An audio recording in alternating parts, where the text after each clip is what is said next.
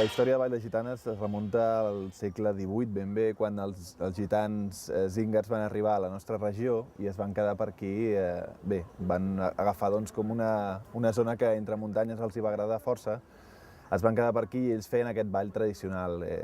Bé, estem parlant de fa molts i molts anys, i des d'aleshores sempre ha sigut un ball que ha anat tenint les seves pujades i baixades, a èpoques amb millors condicions, en èpoques no tantes. Ara mateix estem en una època dolça, potser ja acabant aquesta època tan dolça com van ser els anys 70 d'aquest segle passat, que va ser quan va agafar realment força amb gent d'aquí, de la comarca, i es ballava per tot arreu. Ara, això, aquests 30 últims anys ha anat la cosa una mica més baixant, però bé, encara ens mantenim, encara som una d'aquelles danses tradicionals que encara inclús els esbarts dansaires també van continuar i van fent entre les seves danses, han inclòs també parts de Vall de Gitanes.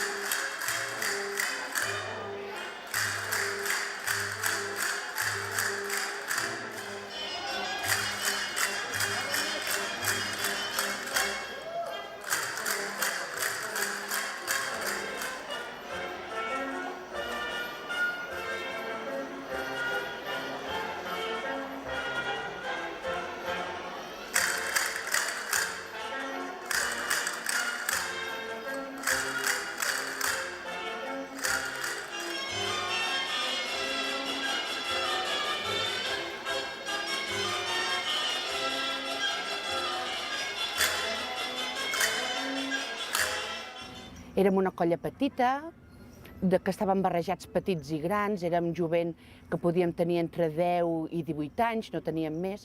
Jo en tenia 14 i a partir de llavors feia molts anys que no hi havia gitanes a Parets. Va començar a haver-hi una miqueta d'ambient, es va fer una colla de petits, una colla de joves, ja al haver-hi molta gent es va començar a separar ja per edats i més tard va venir la colla de veterans.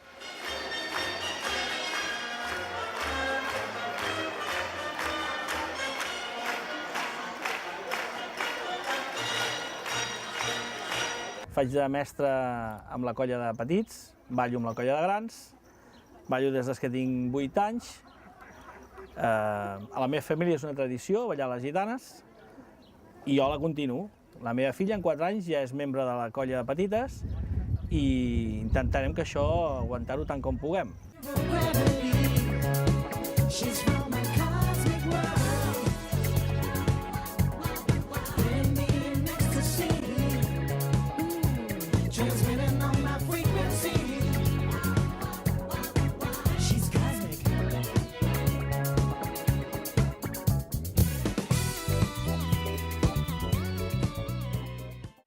Els balls són bastant complicats perquè n'hi ha passos que costen a vegades d'aprendre, però un cop els saps són bastant fàcils.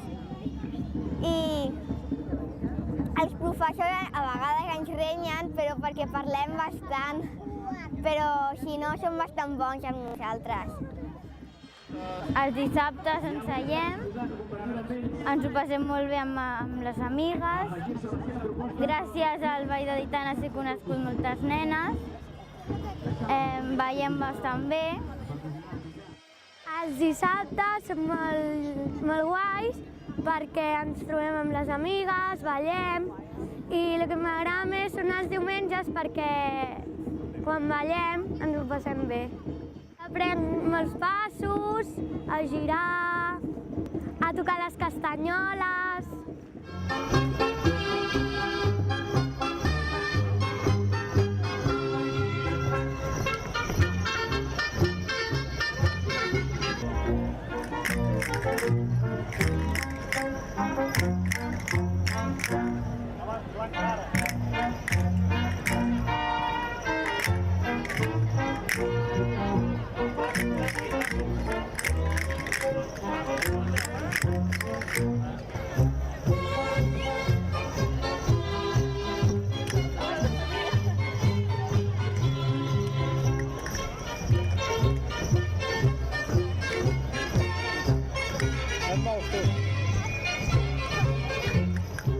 A la colla de petites assagem tots els dissabtes, quedem a les 11 a un local que ens cedeix l'Ajuntament, de 11 a 12:30.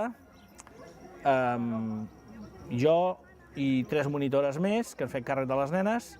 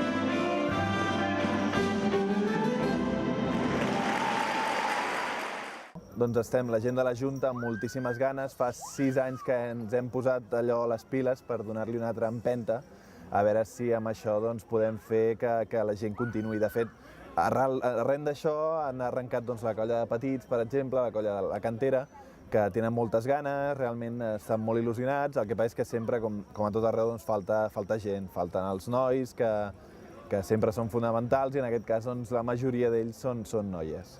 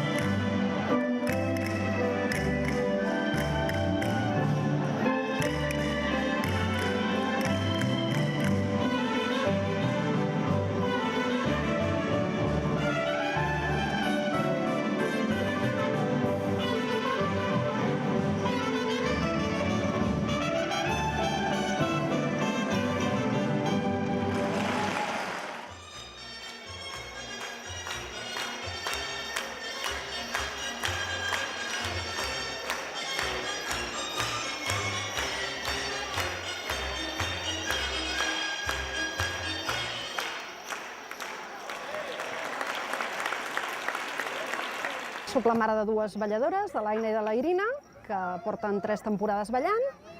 I vaja, jo soc la primera que m'ho passo molt bé a totes les sortides, llavors organitzem també colònies o alguna excursió, i hi ha molt bon ambient entre tots les nenes, anava a dir els nens, però només hi ha 2 balladors, són nenes, i ens ho passem bé.